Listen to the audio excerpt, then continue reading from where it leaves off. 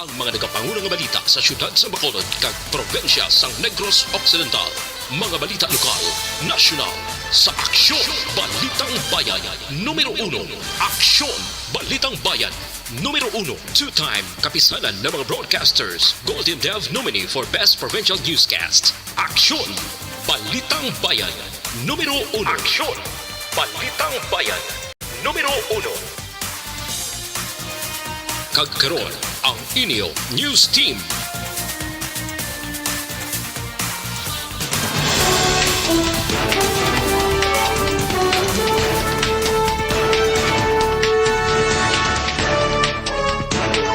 Sa mga pangulong dinalan sa mga balita lokal, security guard patay matapos gintiro sa siyudad San Cadiz samtang suspek na aresto.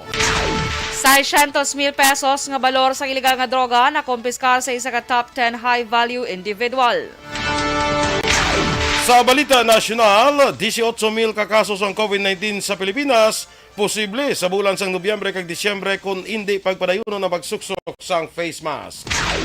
Duha ka soldado patay, isa missing sa enkwentro nga nagluntad sa Abra sa nagatake ang NPA samtang nagapatigayon sang rescue operation kasunod sang linog.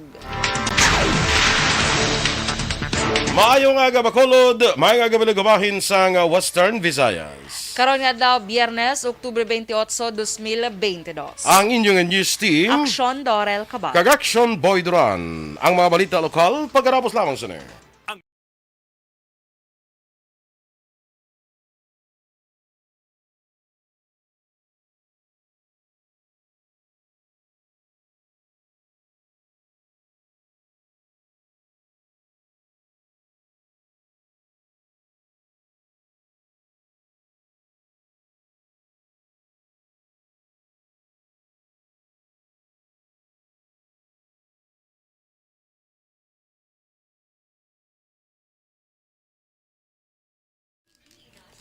Yes, good morning mga ka-aksyon.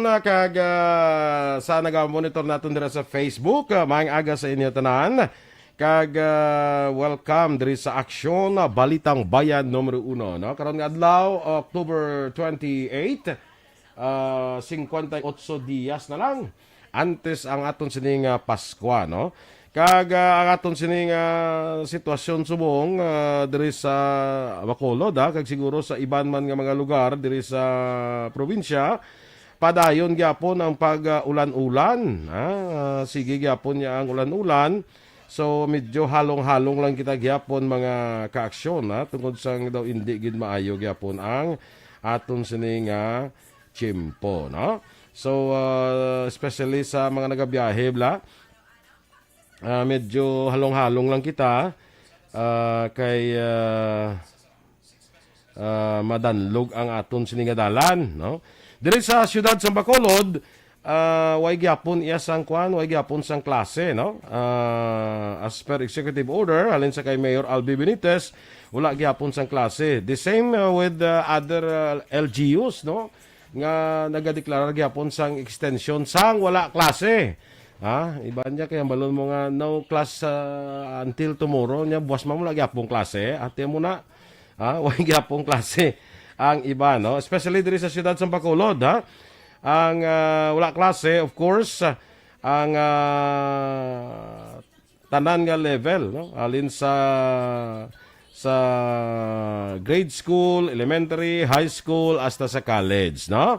So, kuna kuya, better spend your time nga magtuon kay balo ka mga kaaksyon ang kadamo sang kwan bala, kadamo sang tiyempo subong nga libre ka mo, dapat i-spend naton ina sa pagtuon, no? Kay especially sa mga college subong kay daw exam week subong semana, no? Ang UNOR gani ko nag-exam sila pero way matapos ang exam kay tungod sang sining pagdeklarar sang wala klase, suspension sa mga klase, no? So spend your time studying kay ti dason si mana guro makuha naman na Do principal ka ba makambakas take your time to study. Ano be mata vlagaw. Uy. Why gani ka mo gin klase kay tungkol nga malain ng chimpo ti lagaw mo pa ya? Uy, siyempre. Nugay na bala pa style ka pa mo na ginang advice mo po. Long super long weekend gid reaction boy. Yes, sa mga estudyante ya 6 days mo ni isip with 6 days gidya. Swerte no. Sa mga di opisina 4 kadlaw. Oo, ba. Sige. Te wala gid rason hindi ka mo makasubmit sa inyo assignment. Exam nga daan subong exam week nga daan subong. Gani, correct. Sige, standby na kita sa aton nga mga balita lokal.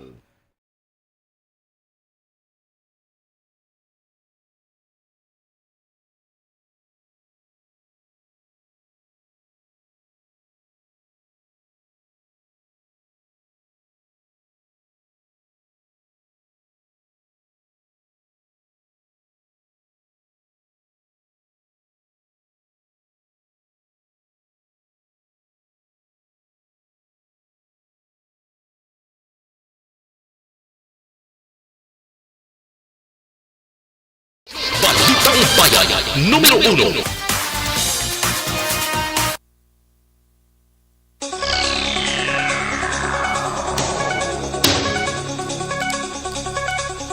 Sa detalye na sa ato panguna nga mga balita lokal, patay ang isa ka security guard nga sakay sa bisikleta matapos gintiro sang suspect nga idaligar sakay sa itong pribado nga salakyan sa corner Banga Ruby Villena Street sa atubang sang McDonald's dira sa Barangay Zone 2 sa siyudad sang Cadiz pasado alas 7 takna sang gabi Huwebes. Sa report ni Aksyon Roger Gutib, ginkilala ang biktima nga si Arnold Belocura, 57 anyos, kasado kay residente sang Andrea Village, Barangay Zone 2. Gindeklarar nga dead on arrival ang biktima sa dala sa Cadiz City Emergency Clinic. Sa interview sa asawa sang biktima, off-duty si Belocura, nga nagatrabaho bilang isa ka security guard, kang makadto kung tani sa iya ginatrabahoan para pakaunon ang ido. Nagapalayon pang hot pursuit operation sang kapulisan. Wala pa bibuloan ang rason sang amo nga krimen. Nadakpa na ang suspect na nagtiro sa security guard nga si Arnold Belocura sa Barangay Zone 2, Siyudad San Cadiz kagabi Huwebes. Sa report ni Action Roger Gutib, ginkilalang suspect nga si Mark Makmak Besa.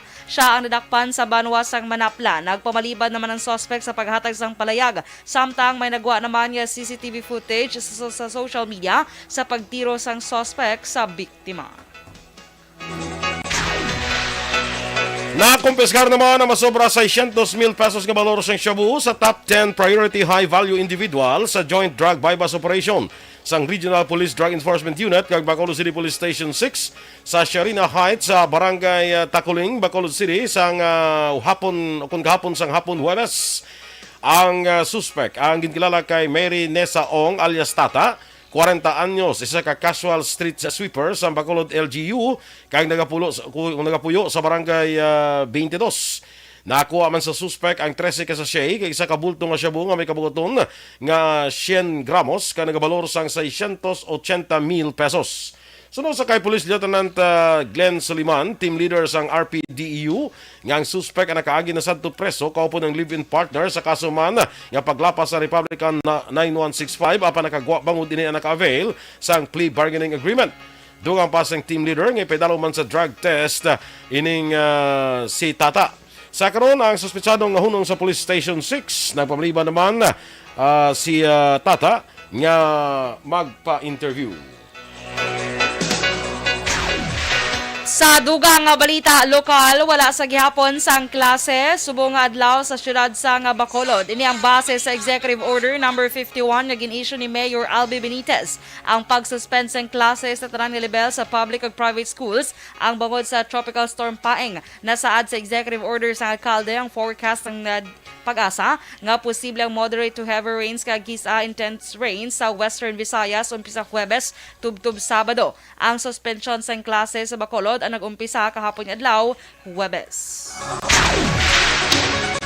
Nagapadayon pa ang search and rescue operation sa otoridad sa Banwa sang Hinubaan sa pagpangita sa isa ka mananagat nga ginapatihan na lumos sa baybayon nga sakop sang Barangay Asya sa Banwa sa amuman nga Banwa sa tung Lunes, Oktubre 24. Ang ining missing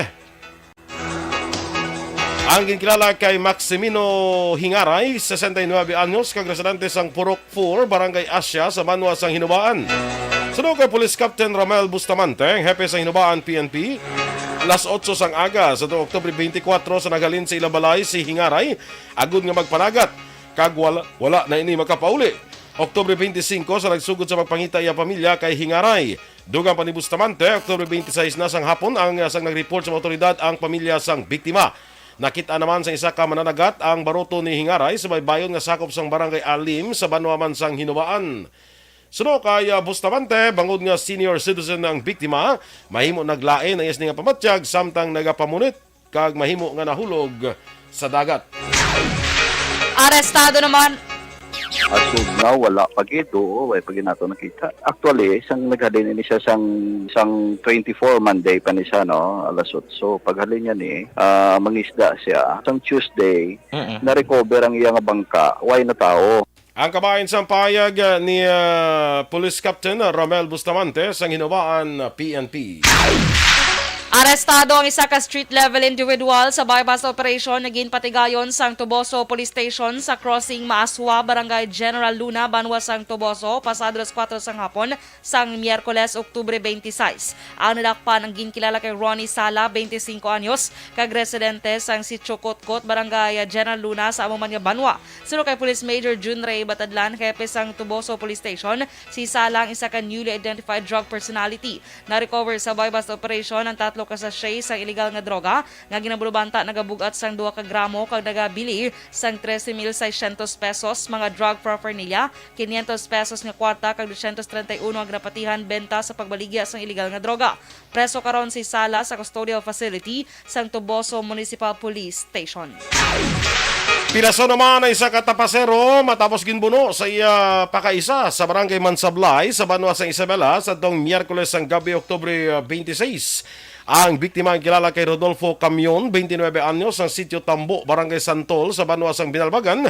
Samtang ang suspect naman ang kilala kay Benito Camyon, 38 anyos, ang Barangay Mansablay sa Banwa sang Isabela. Sunod kay Police Lieutenant Dante Balinario, ang Deputy Chief of Police sa Isabela PNP, upod nga nagainom ang biktima kag suspetsado antes na tabo ang krimen. Una nga napauli si Rodolfo sa balay sang iya sining bayaw nga si James Fernandez, kag ginaligan nga nagkuha sang binangon. Nahingagaw naman agaw ni Fernandez ang binangon kay Rodolfo kag nagluntad ang kumusyon. Nagsulod man sa balay ni Fernandez ang suspetsado nga si Benito kag gulpe nga ginlabo si Rodolfo. Si Rodolfo nakaangkon sa pilas sa wala nga abaga kag kamot kag karon ginabulong sa isa ka ospital diri sa siyudad sang Bacolod. Preso naman sa custodial facility sa Isabela Municipal Police Station ining si Benito Camyon.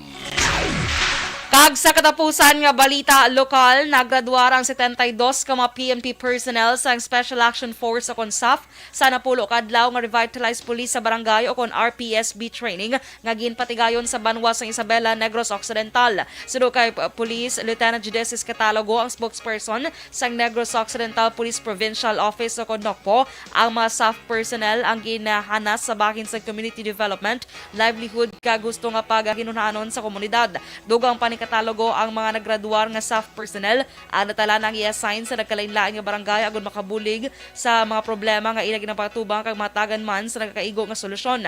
Nagtambong mismo sa ginpatigayon nga closing ceremony si Police Brigadier General Alan Ukubo, ang acting SAF director.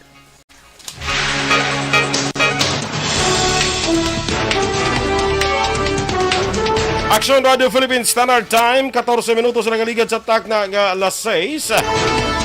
18,000 ka kaso sang COVID-19 mahimo nga sa bulan sang Nobyembre kag Disyembre kung hindi pagpadayuno na magsuksok sang face mask. Samtang 2 ka soldado patay, isa missing sa enkwentro. Samtang nagapadayon sang rescue operation. Ang detalye sa mga balita nasyonal sa magbalik sang Aksyon, Balitang Bayan, Numero 1.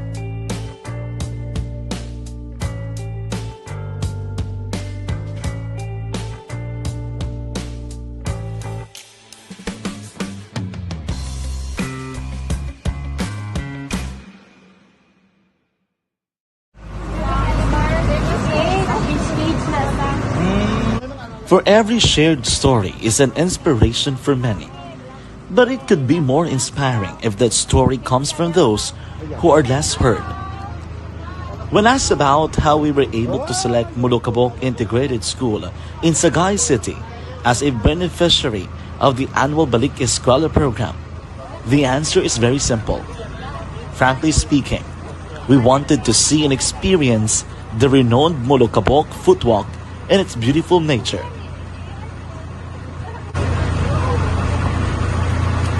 Upon entering the school, we were welcomed by beautiful smiles and warm hearts, silently expressing their gratitudes. At the venue, learners and teachers who are working hand in hand for a better future are excited to enjoy and participate. Parents are also lining up to avail free medical checkup and medicines.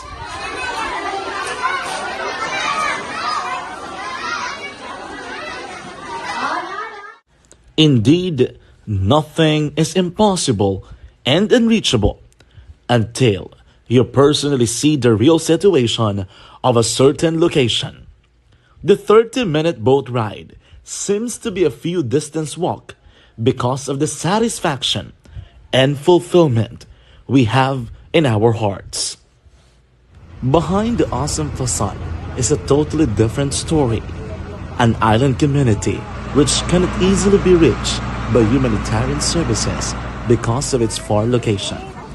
But now, Aksyon Radio Bacolod made it possible because we believe that like news, our service is limitless.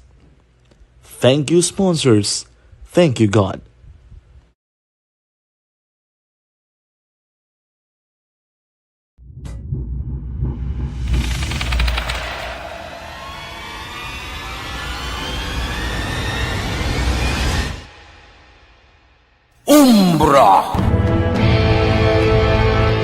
Umbra, mga misteryo, katingalahan, pantasya, kagkatanagaan sa likod sang mga langit, mga kasaysayan sa dupa, subong kag mahimo sa palabuto, katulad sa mga Pinoy legendary story.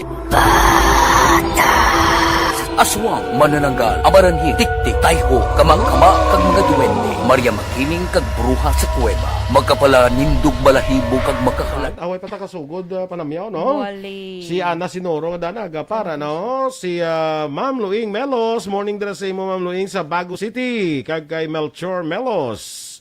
Sa Indring, birthday gapon ba si Indring? Ato katugapon, ay nga, way kadigapon. Gapon niya birthday. O saan naligad adlaw? Gapo, asang ligad nga logli. May mo story. Tiyan mas hindi ko nagkanto katukapon niya. Kaya, Muna. post-birthday celebration. Ang kala.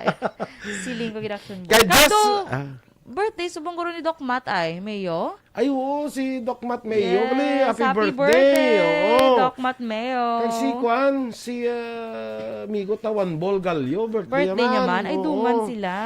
Happy Oo. birthday lang na kay Sir Roberto Ano sa mga Gallo. 28, di ba? Yes. Oh, 27 pa lang to sa ila. Sa una guro si Doc Matt, tapos subong yung adlaw diri sa Pilipinas, the birthday aning Juan Bol Galyo, no? Happy birthday dira, no? Okay. Kay Jessa Escosar Ciares, watching from Kawayan. Kay Margarita Vergara, good morning man. Jocelyn, mayang aga. Kay Renan Payongayong.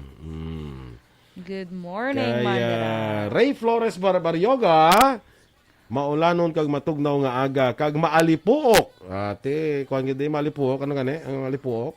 Malipuok man. Kuan balay nang inablang daw ka asob ano nang do kuan. Foggy. Fag, oo. Maalipuok, fag. Ano gali? Bongga. Ano balko do aso. Aso. Do ka di ba do ka aso gi man ha? Pero hindi siya aso. Ate Kim Eriman, good morning man, ating. Good morning, ating. Lawi bakasyon ating ba? Gani. Sana all. Pero siya guro ay magyapong klase. Ambot lang ang more shouty wala guro kay grabe nga pag-ulandan pero hindi lang ko sure ya. Ang balaan ko yan daw Talisay, I think Silay daw Silay, wala extended yapon klase. ang wala klase. Pero ang Mursya mo man naguro kay Mursya grabe man eh. Ang ulan. Pero ang bago yan, balik na yan. Ang bago balik na yan. Oh. Russell Gomez kag kay Raymar Beranyo Lingoste. Good morning man. Yes, good morning. Si Teresa Linahakayaw is watching with us. May mga tugon sila para sa 5 ba? Sige lang. Diyan na. Jen Oisiser, Melinda Demirin, kag Mary June Cordova, from yes. Barangay Hinuan. Di na hinuan man? Uy, katulto si Hinuan. Wala katulto ka. Katulto si Mary June. Good morning, nanda. Sa tanang taga-barangay Hinuan. Bawa si Kagawad, ulay abalahon, aga pa ho, nagbugtaw. Guro na, kuhan guro ay, natugnawan. Good morning, Kagawad. Billy Albay. Ari na si watching man di si Migo Tawan Bolgalyo. Happy birthday di sa imo, Migo. Yes, happy birthday. Sige Si Sir Neil Abordahe, Aksyon Boy, araman siya. Araman. Richard Malayang, araman ganyo. Si kumari ko, kay ihada ko Jean Buerom, araman. Araman sa? Yamo na ni title sa ako na ihada, kumari, classmate. Swerte na. Wala may makaperde sa ano. Isang makaperde sa record niya nila. Jonalyn Linyal di Cripito, good morning man. Dara sa may value delete. Tita mo si Ating nalipay gido. Oo. Na. Nya Kayo, wala- Ating kung ilonggo, ganun ginagamit mo, hiligay nun nga mga words. Ikaw, habi mo spelling. Ikaw karon di kuha ka rin karon nubuon tagi ka sa spelling. Yan, 5 ka lagi karon out of 100. Nya wala kami Japon klase. Ha ha ha ha. Hinubaan, Aksyon Boy. Ha? Pareho si Mary June Cordova. Ay, Hinubaan. Basi sa Ibanwas, Hinubaan. Ay, correct. Galing kay barangay, ito binakabutang mong galing kay sa Hinubaan. Yeah. Si Jomar Dalisay. Dalisay, good morning man. Haraman si Francis John Ibanez. Si Faustino Capillo Navarro Jr., good morning. Sal Manlunas. Jonalyn Di Cripito, Linial Di Cripito, good morning. Kay RR, Joy, Edgar Cepeda, Julius Celis, John Dexter, Kit Macariola, Karen Guzman, Lager Di Kila, adlaw-adlaw nag-monitor. Ang magbasa mo pala hindi na sa kwan kay sige narapot lang umasay. Gani man. Lagi Kaya kilala space. ko na si John Dexter Celis. Mga ngalan actually si John Dexter Celis. Celis John Dexter nagsuli na. Sige lang. Si Francis John Ibanez, thank you so much sa 75 stars. Salamat, Francis. Yes. Janet Flores, good morning. Watching from Las Piñas. Musta panahon dyan? Okay lang, pero gaulan-ulan, Kijay. Wala pa gyapon Suspended ang klase diri sa Bacolod. Helen Escozareta, good morning, Mandra sa may Mursha. Si Jocelyn Songco Media, good morning. Good morning man kay Miss Josephine Lacson and Mr. Rodolfo Lacson, dra naman niya sa may New York. New York. Kay Rodolfo Morales, good morning. From Zamboanga, si Bugay, si Aksyon Boy. Ito siya. Freddy Colonia, good morning man sa imo. Kay kadlaw kay ating. Okay and sorry po. Adlock sa kanubuon mo sa spelling. Adlock si Ting. Kila na siya, Ting. Teng, musta dating ang Balenciana dating sa one Ay, Teng. kalain. Hindi na siya manghatag. Nagsunggod si Ting. Hindi na ko agin na sa sinubuon ko sa spelling. Kay Roberto Eraposco. Eraposco Caraballo, good morning. Dara sa may Hutuda, Handumanan. Samta ano naman? Nga paulan sang hulat Paulan ang sang hulat sa pasayro. Okay. Sige. Yes, birthday ko ni Doc. Pero celebration later lang. Yes, Kay busy ko, kag busy man siya. Extend my ganun. greetings to my buddy, Yes. Happy birthday. Okay, standby na kita sa mga balita nasyonal.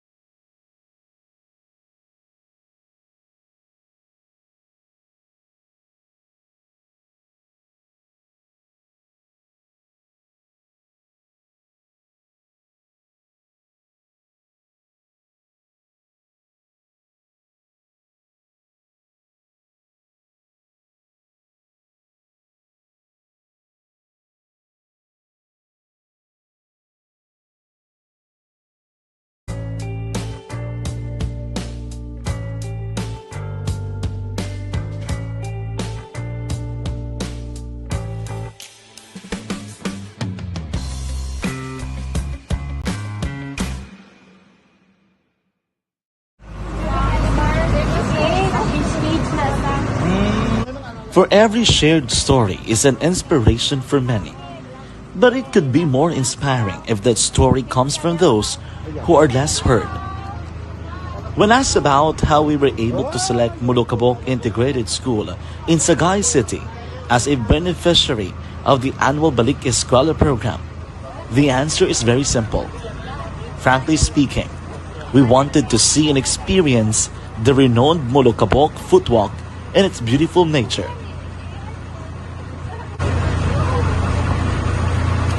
Upon entering the school, we were welcomed by beautiful smiles and warm hearts, silently expressing their gratitudes.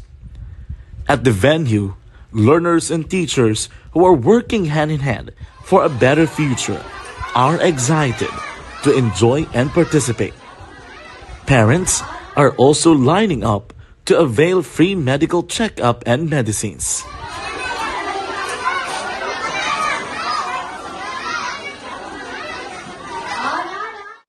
Indeed, nothing is impossible and unreachable until you personally see the real situation of a certain location. The 30-minute boat ride seems to be a few distance walk because of the satisfaction and fulfillment we have in our hearts. Behind the awesome facade is a totally different story. An island community which cannot easily be reached by humanitarian services because of its far location. But now, Aksyon Radio Bacolod made it possible because we believe that like news, our service is limitless. Thank you, sponsors. Thank you, God.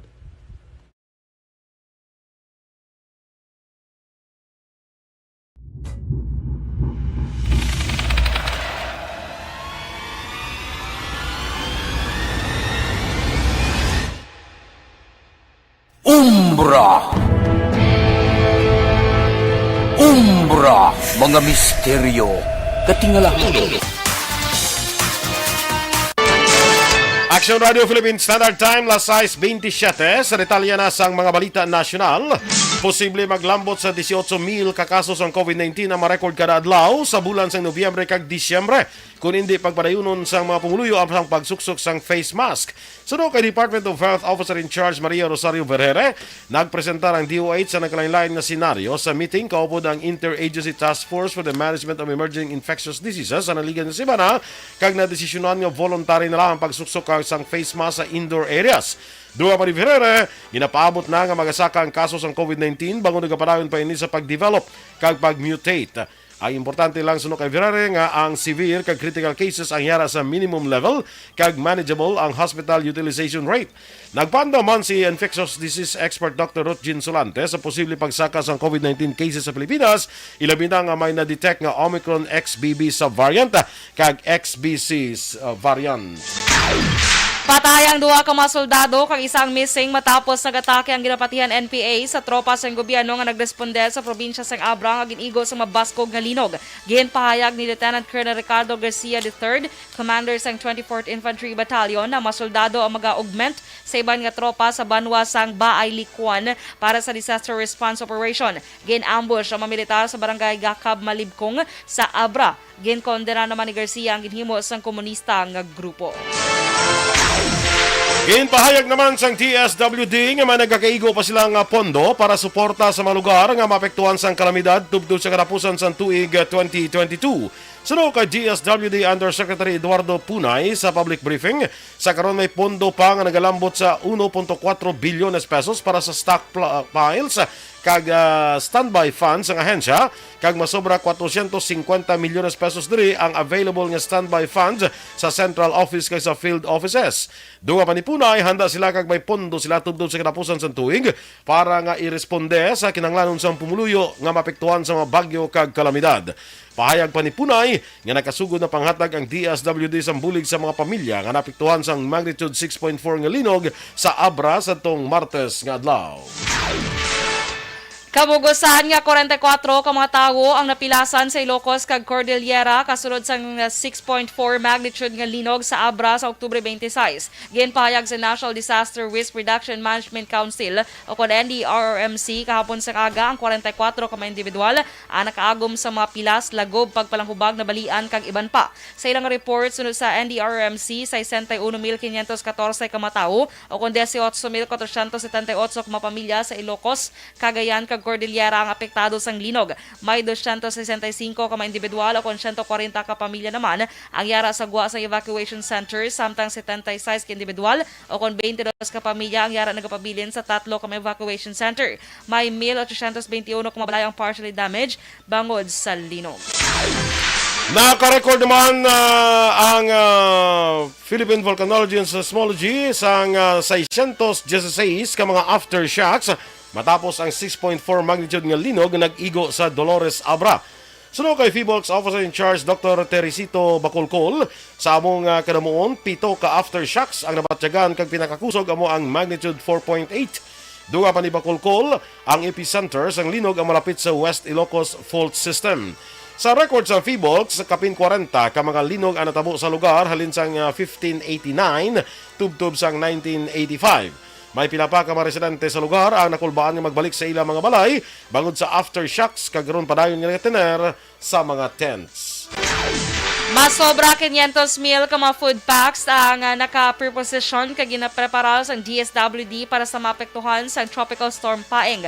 Sa public briefing, ginpahayag ni DSWD Undersecretary Eduardo Punay, may 561,259 ka family food packs nga nakahanda nga nagabalor sa 352 milyones pesos. May ginhanda man ang DSWD nga non-food items balor sa 189 milyones pesos sa nagkalain-laing strategic locations. Una na ginapaabot sa pag-asa nga magakusog pa ang tropical storm kag posible mangin severe tropical storm category kag mangin typhoon sa adlaw sang Sabado.